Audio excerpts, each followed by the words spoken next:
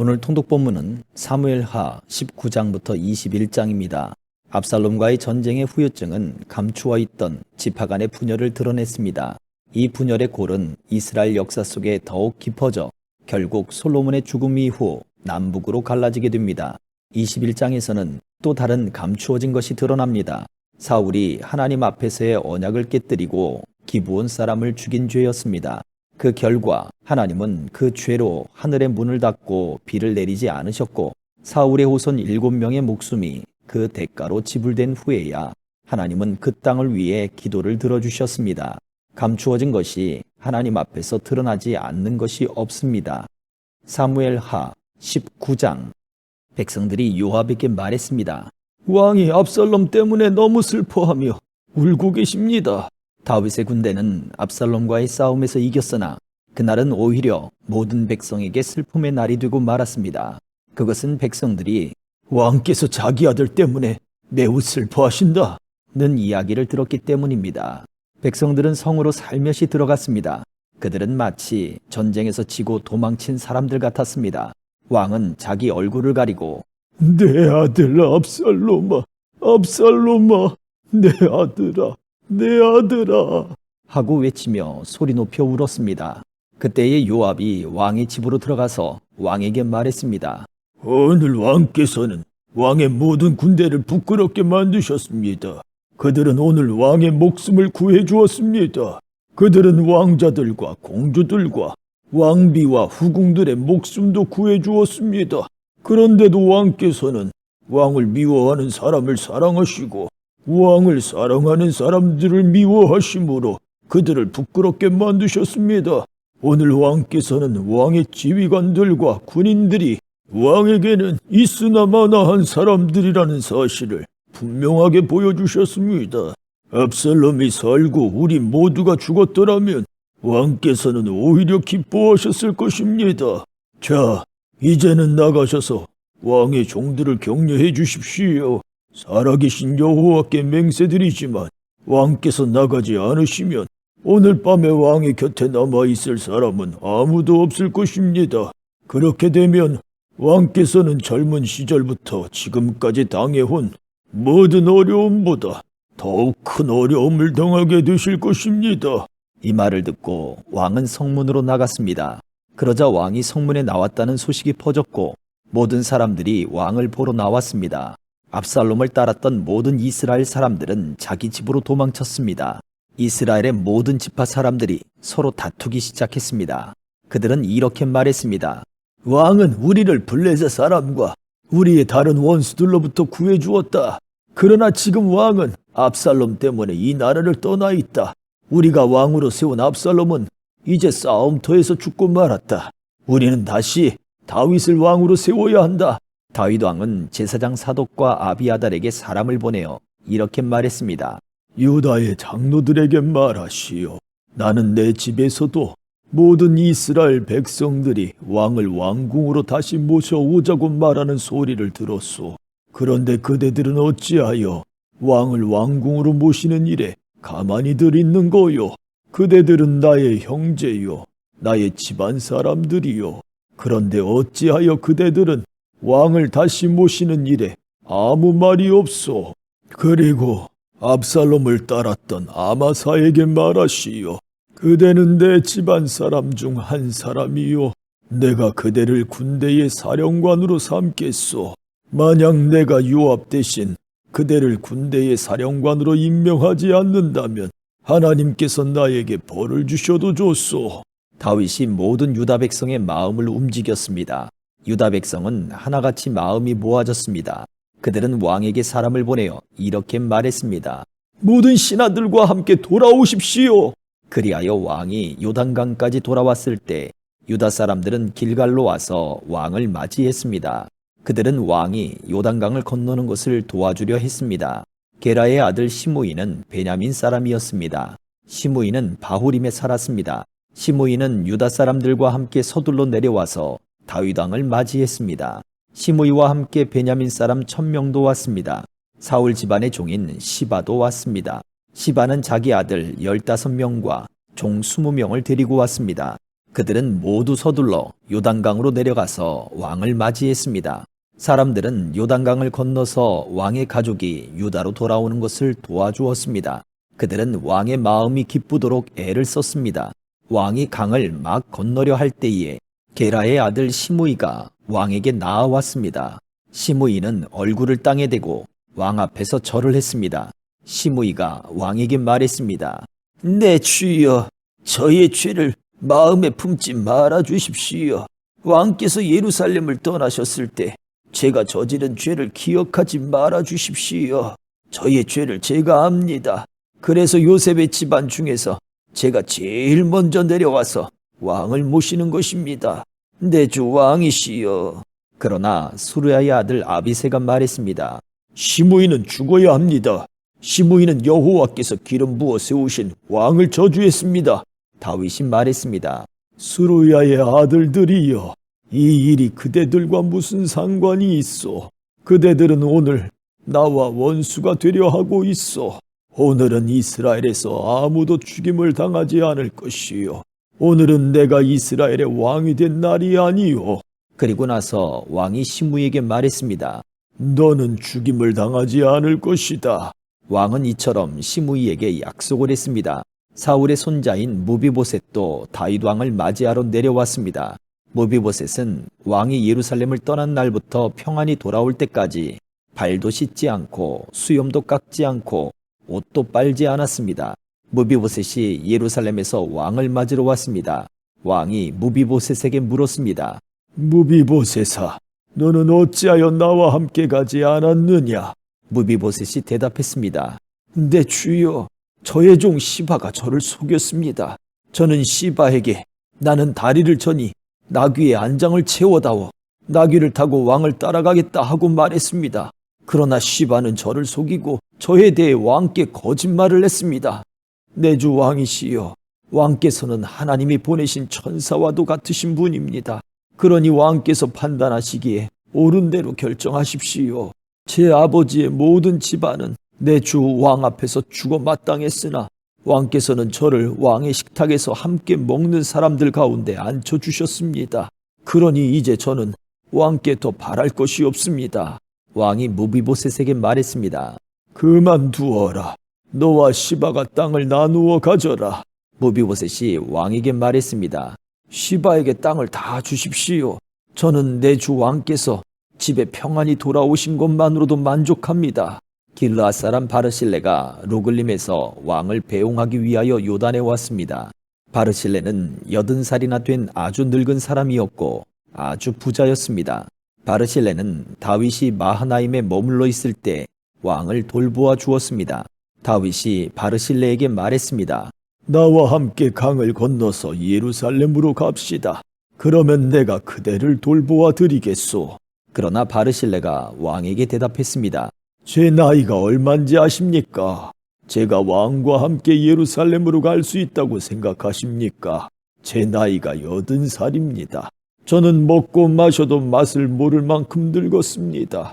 저는 젊은 남자나 여자가 노래를 해도 그 소리를 알아들을 수 없을 만큼 늙었습니다. 그러니 저와 같은 사람에게 마음을 쓰지 마십시오. 저는 왕에게 상을 받을 자격이 없습니다. 왕을 모시고 요단강을 건너기는 하겠습니다. 하지만 그 다음에는 다시 돌아가서 제가 사는 성에서 죽음을 맞이할 수 있게 해 주십시오. 하지만 여기에 왕의 종 김함이 있습니다. 내 주 왕이시여, 제 아들 김함을 데리고 가셔서 왕께서 좋으실 대로 하십시오. 왕이 대답했습니다. 김함을 데리고 가겠소. 그대가 원하는 것이라면 무엇이든지 김함에게 해주겠소.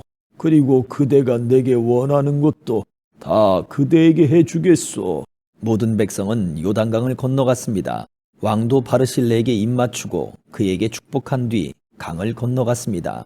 바르실레는 자기 집으로 돌아갔습니다. 왕이 요단강을 건너 길갈로 갈 때에 김함도 함께 갔습니다. 유다의 모든 백성과 이스라엘의 백성 절반이 왕을 모시고 나아갔습니다. 이스라엘의 모든 백성이 왕에게 나와 불평했습니다. 우리 형제인 유다 사람들이 우리와 의논도 없이 왕과 왕의 가족들과 신하들을 요단강 건너편으로 건네주었다는데 그들이 이럴 수 있습니까? 유다의 모든 백성이 이스라엘 사람들에게 대답했습니다. 우리가 이 일을 한 까닭은 왕이 우리의 가장 가까운 친척이기 때문이요. 왜 일에 대해 화를 내시오? 우리는 왕의 음식을 축내지도 않았소. 왕이 우리에게 선물을 주신 일도 없소. 이스라엘 사람들이 유다 백성에게 대답했습니다.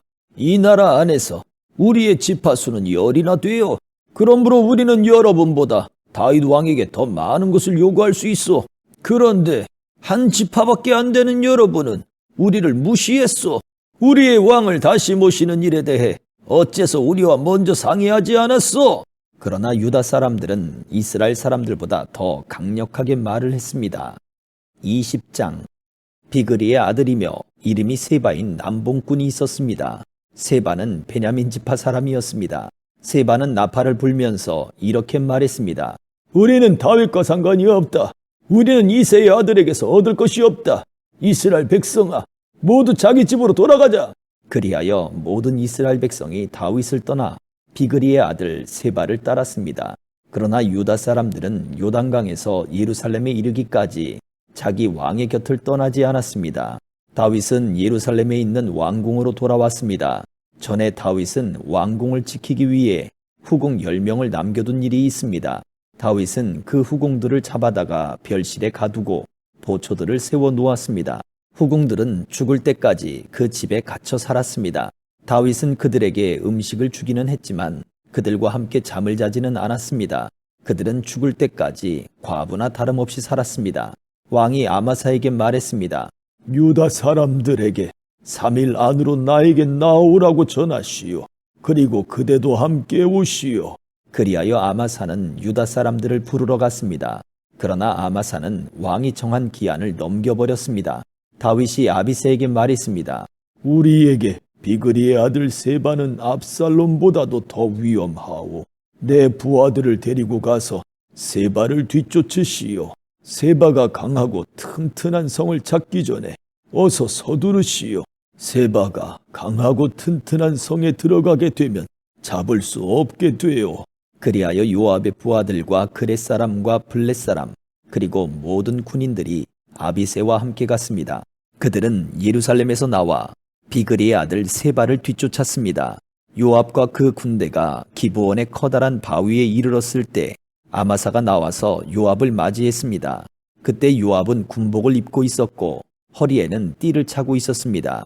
그 띠에는 칼집이 있었고 칼집 안에는 칼이 들어 있었습니다.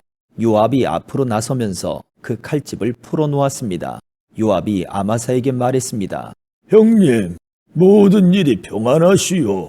그러면서 요압은 오른손으로 아마사의 수염을 잡고 입을 맞추었습니다. 아마사는 요압의 손에 칼이 있으리라곤 생각도 못했습니다. 요압은 칼을 아마사의 배에 찔러 넣었습니다. 그러자 아마사의 창자가 땅 위에 쏟아졌습니다. 아마사는 그 자리에서 죽었기 때문에 요압이 다시 아마사를 칼로 찌를 필요가 없었습니다. 그리고 나서 요압과 그의 동생 아비새는 계속해서 비그리의 아들 세바를 뒤쫓았습니다. 요압의 부하 중 한 사람이 아마사의 시체 곁에 서 있다가 말했습니다. 요압과 다윗 편에 있는 사람은 요압을 따르도록 하여라. 아마사는 피투성이가 된 채 길 한가운데에 쓰러져 있었습니다. 요압의 부하들은 지나가는 사람마다 그 시체를 보려고 멈추는 것을 보고 아마사의 시체를 길에서 끌어다가 들에 놓아두었습니다. 그리고 그 시체를 옷으로 덮어주었습니다. 아마사의 시체가 길에서 치워지자 모든 사람들이 요압을 따라갔습니다. 그들은 요압과 함께 비그리의 아들 세바를 뒤쫓았습니다. 세바는 이스라엘의 모든 지파 가운데로 이리저리 다니다가 벳 마아가의 아벨로 갔습니다. 모든 베린 사람들도 나와서 세바의 뒤를 따라갔습니다. 요압과 그의 부하들도 벳 마아가의 아벨로 가서 그곳을 에워쌌습니다. 그들은 성을 공격하기 위해 성벽 곁에 흙을 쌓아 올렸습니다. 또 성벽을 무너뜨리기 위해 성벽 아래를 파기 시작했습니다. 그런데 어떤 지혜로운 여자가 성에서 소리를 질렀습니다. 제 말씀을 들어보십시오. 요압에게 이리로 좀 와달라고 해주십시오. 드릴 말씀이 있습니다. 그래서 요압이 여자가 있는 쪽으로 왔습니다. 여자가 요압 장군이십니까? 하고 물었습니다. 요압이 그렇소. 하고 대답했습니다. 여자가 말했습니다. 제 말을 들어주십시오. 요압이 말했습니다. 듣고 있으니 말해보시오. 그러자 여자가 말했습니다. 전에는 사람들이 도움 말을 구할 일이 있으면 아벨로 가 보아라 하고 말하곤 했습니다. 그러면 문제가 풀렸습니다. 저는 평화를 좋아하는 충성스러운 이스라엘 백성 중 한 사람입니다. 장군께서는 이스라엘의 중요한 성 하나를 멸망시키려 하고 있습니다. 여호와의 성인 이 성을 왜 멸망시키려 하십니까? 요압이 대답했습니다. 나는 결코 멸망시키거나 무너뜨리려고 온 것이 아니요. 그런 일은 나도 바라지 않소. 하지만 이 성에는 에브라임의 산악지방에서 온 사람이 하나 있어. 그 사람의 이름은 비그리의 아들 세바인데 그 사람은 다윗 왕을 향해 반란을 일으켰소. 만약 그 사람을 나에게 데리고 오기만 하면 이 성을 그대로 내버려 두겠소. 여자가 요압에게 말했습니다. 그 사람의 머리를 장군님이 있는 성문 밖으로 던지고 말겠습니다. 그리고 나서 그 여자는 성의 모든 백성에게 매우 지혜롭게 말을 했습니다. 그들은 비그리의 아들 세바의 목을 잘랐습니다. 그리고 그 목을 성문 밖에 요압에게로 던졌습니다. 그러자 요압은 나팔을 불었고 군대는 그 성을 떠났습니다. 모두 다 집으로 돌아갔습니다. 요압은 왕이 있는 예루살렘으로 돌아갔습니다. 요압은 다시 이스라엘 모든 군대의 총사령관이 되었습니다. 여호야다의 아들 브나야는 그렛 사람과 블렛 사람을 지휘했습니다. 아도니람은 강제 노동을 하는 사람들을 감독했습니다. 아힐롯의 아들 여호사밧은 역사 기록관이 됐습니다. 스와는 서기관이 되고 사독과 아비아달은 제사장이 되었습니다. 야일 사람 이라는 다윗의 제사장이 되었습니다. 21장. 다윗이 왕으로 있을 때에 기근이 있었습니다. 기근은 3년 동안 계속되었습니다. 그래서 다윗은 여호와께 기도를 드렸습니다. 여호와께서 대답해 주셨습니다. 사울과 그의 집안 때문에 기근이 생긴 것이다. 사울이 기브온 사람들을 죽였기 때문이다. 그때의 기브온 사람들은 이스라엘 백성이 아니었습니다. 그들은 살아남은 아모리 사람의 한 무리였습니다. 전에 이스라엘 사람들은 기브온 사람들을 해치지 않기로 약속을 했었습니다. 그러나 사울은 이스라엘과 유다의 백성들을 도우려는 열심이 너무 지나쳐서 기브온 사람들을 다 죽이려 했었습니다. 다윗 왕은 기브온 사람들을 불러 모아 그들에게 이야기했습니다. 다윗이 물었습니다. 내가 당신들을 위해 어떻게 하면 좋겠소? 어떻게 해야 이스라엘 백성의 죄를 용서하고 오히려 여호와의 백성에게 복을 빌어주겠소? 기브온 사람들이 다윗에게 대답했습니다. 사울과 그의 집안과 우리 사이의 문제는 금이나 은으로 해결할 수 없는 문제입니다. 이것은 사람의 목숨으로 보상될 문제입니다. 그런데 우리는 이스라엘 사람을 죽일 권한이 없습니다. 그 말을 듣고 다윗이 다시 그들에게 물었습니다. 그렇다면 당신들이 바라는 것은 무엇이요? 기브온 사람들이 다윗에게 대답했습니다. 사울은 우리에게 몹쓸 짓을 했습니다. 사울은 우리를 전멸시켜 이스라엘 땅에 남지 못하도록 음모를 꾸몄습니다. 그러니 사울의 아들 7명을 우리에게 넘겨주십시오. 그러면 사울의 고향인 기브아에서 그리고 여호와 앞에서 그들을 목매어 달겠습니다. 왕이 말했습니다. 그들을 넘겨주겠소. 그러나 왕은 요나단의 아들 무비보셋만은 보호해 주었습니다. 요나단은 사울의 아들이었습니다. 다윗이 그런 일을 한 까닭은 다윗이 여호와의 이름으로 요나단에게 그의 후손을 보호해 주겠다고 약속했기 때문입니다. 그래서 왕은 리스바와 사울 사이에서 태어난 아들인 알모니와 무비보셋을 붙잡았습니다. 리스바는 아야의 딸이었습니다. 그리고 왕은 사울의 딸 메랍의 5 아들을 붙잡았습니다. 메랍의 5 아들의 아버지는 아드리엘이었습니다. 아드리엘은 무홀랏 사람 바르실레의 아들이었습니다. 다윗은 이들 7명을 기브온 사람들에게 넘겨주었습니다. 그러자 기브온 사람들은 언덕 위에서 여호와 앞에 그들을 목매달았습니다. 7 아들이 다 함께 죽었습니다. 그들은 추수를 시작할 무렵에 죽임을 당했습니다. 그때는 사람들이 보리를 막 거둘 때였습니다. 아야의 딸 리스바는 거친 배로 만든 천을 가져다가 바위 위에 그것을 폈습니다. 그리고 리스바는 추수가 시작될 때부터 비가 내릴 때까지 하늘의 새들이 자기 아들들의 시체를 건드리지 못하게 막았습니다. 또 밤이 되면 들짐승들이 시체를 건드리지 못하게 막았습니다. 사람들이 사울의 후궁이었던 리스바가 하고 있는 일을 다윗에게 이야기했습니다. 그러자 다윗은 사울과 요나단의 뼈를 길르앗의 야베스 사람들에게서 찾아왔습니다. 전에 블레셋 사람들이 길보아에서 사울과 요나단을 죽인 후 시체들을 벳산 거리에 매달았습니다. 그때 길르앗의 야베스 사람들이 몰래 그 시체들을 가져온 것이었습니다. 다윗은 사울과 그의 아들 요나단의 뼈를 길르앗에서 옮겨왔습니다. 그러자 백성들은 달려 죽은 사울의 7 아들의 시체를 거두어 들였습니다. 백성들은 사울과 그의 아들 요나단의 뼈를 옮기면서 죽임을 당한 사울의 7 아들의 시체도 함께 베냐민 땅 셀라에 있는 사울의 아버지 기스의 무덤에 묻어주었습니다. 백성들은 왕이 명령한 것을 다 지켰습니다.